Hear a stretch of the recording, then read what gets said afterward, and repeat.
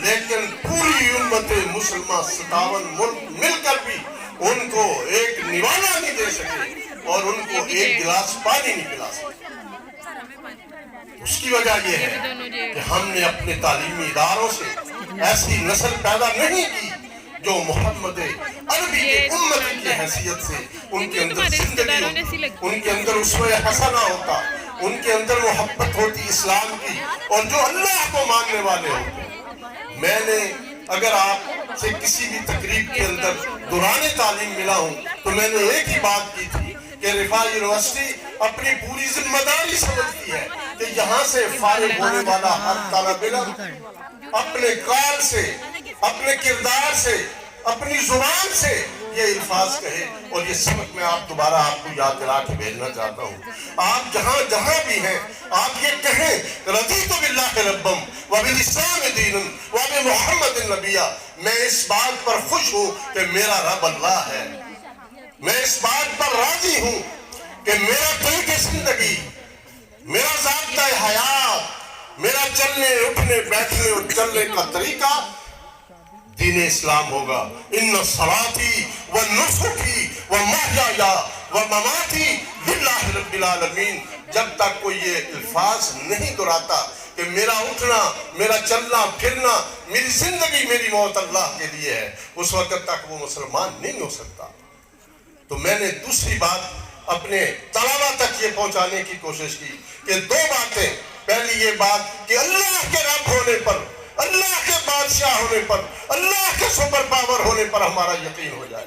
اگر اللہ کو رب مانا جاتا تو امریکہ کی غلامی سے ہم نکل سکتے تھے، ہم نے اللہ کو رب ماننا چھوڑ دیا، ہم ڈالروں کے پیچھے بھاگنا شروع ہو گئے، IMF کے غلام ہو گئے۔ آج آپ کی پالیسی پاکستان کی جامعات سے نکلنے والے وہ سکالر نہیں بناتے ہیں، آپ کی پالیسی IMF بناتی ہے، اور ہم سب اسے، ان ساری اس کی پالیسیوں کے ہم شکار ہیں۔ گیس کا بل وہ بنا کے بیچتے ہیں، بجلی کا بل وہ بنا کے دیتے ہیں، پیٹرول کے ریٹس وہ مقرر کرتے ہیں۔ اسٹیٹ بینک آپ کا، پاکستان کا اسٹیٹ بینک پاکستان کا نہیں ہے۔ یہ آپ لوگوں کے سوچنے کا مقام ہے۔ آپ MPhil ہیں، آپ PhD ہیں، آپ اس سوسائٹی کے خوبصورت لوگ ہیں، ویژن والے لوگ ہیں۔ اگر آپ بھی مایوس ہو گئے، اگر آپ بھی نا امید ہو گئے، اور یونیورسٹیز نے اپنی تقریبات کے اندر ناچ گانے اور بھنگڑے ہی کو اختیار کیا، تو کہاں سے آئے گی صدا لا الہ الا اللہ؟ میرے بچوں، میرے دوستوں، میرے بھائیوں،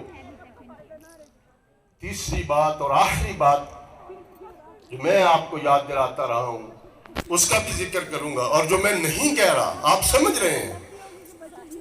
تیسری بات کیا ہے؟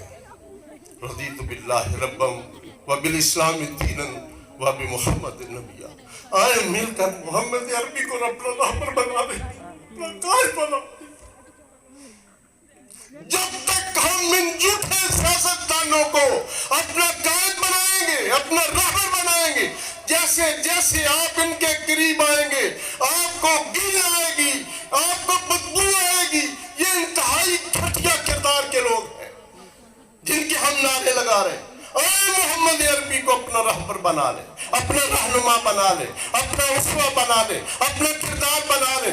آپ کو میں یقین دلاتا ہوں اس دنیا کے اندر ہی نہیں، آخرت کے اندر بھی ہر فرد کو کہا جائے گا کہ اپنے رہنما، اپنے لیڈر کے علم کے نیچے چلے جائیں، بلکہ اپنی زندگی کے اندر جس نے جس کو رہنما مانا ہوگا، جس کو اپنا رہبر اور لیڈر کہا ہوگا، جس کے راستے پر چلا ہوگا، جس کی دعوت پر گیا ہوگا، فرشتے دھکیل کر ان کو اس کے علم کے نیچے کھڑا کر دیں۔